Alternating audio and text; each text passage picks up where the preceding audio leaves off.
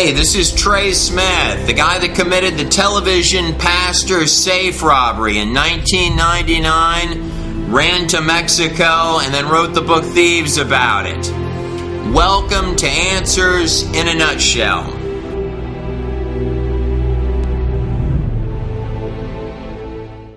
I was able to buy a beautiful Cessna Citation jet cash. A few months later, bought another jet worth 3 times what that one was. A little bit later, bought a third jet. Bought them all 3. Now, that's Mike Murdoch, roughly $25 million a year guy and scheming buddy of Benny Hinn.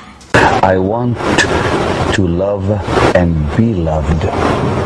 Now, this isn't all just jet planes and really hot-looking women. I've been single 30 years. God himself It's not good for men to be says, alone. I am not enough for Adam. He needs a woman. God doesn't mind you experimenting and exploring. He understands that. The Bible said he knew we were but flesh. Let me assure you, none of us are units. None of us are.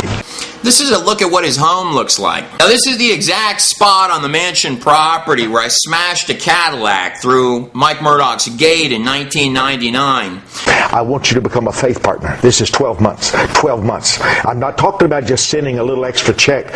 Mike Murdoch was the darkest dude with his own empire that I ever met in my whole life. I'm talking about you entering into a covenant. A covenant for 12 months. Give God 4 seasons. It was at the moment of that safe robbery that everything changed in my life forever. But to even get to this place called Hacienda de Paz, the house you see on your screen there, you've got to know where it is. It's buried in trees and these willows. You've got to go down this kind of very private, secluded road over an English style, this little sort of English style bridge looking thing, and make it to this very large gate. So here we are at the most pristine Christian school on the planet Earth.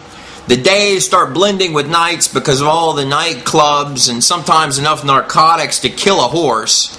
Jason's working at a topless bar. It got intense. Now, you read in Thieves where Murdoch was getting a little bit frisky in one of the rooms of the house. That's this room here with the grand piano and the big windows. Jason and I were just outside those. Speaking of fast cars, we're going 90 miles an hour, hitting those construction barrels with the little blinking lights on them. And they're little lights splashing off into the distance from every direction. We got lit marijuana, open alcohol. There's a line of cops behind us. This is well before the safe robbery, by the way. And the way that ended was, now to get to his safe inside of his bedroom, I had to go through a series of electronic doors. And the way that I actually ended up doing this was by removing the doors themselves.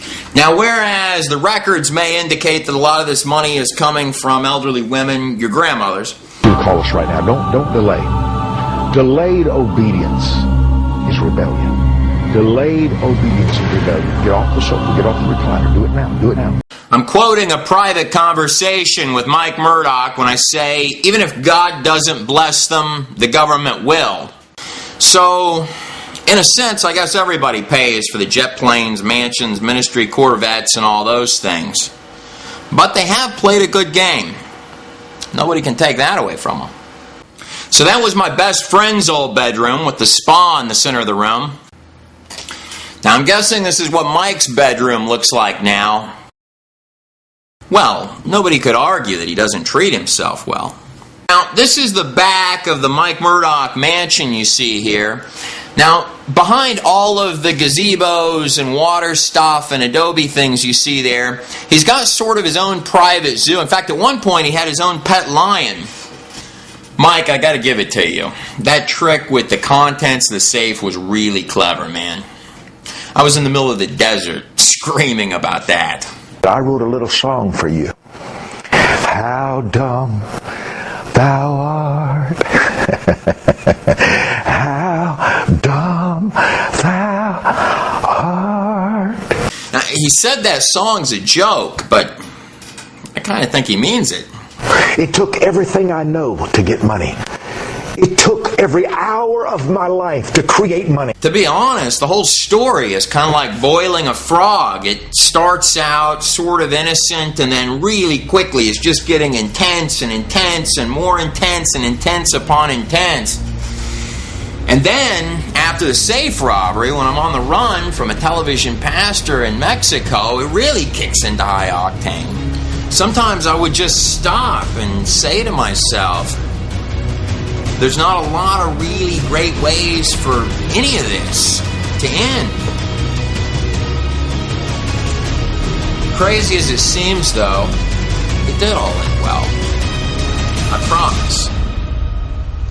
Thank God for that. I'm pretty certain that you're not going to find anything like this anywhere.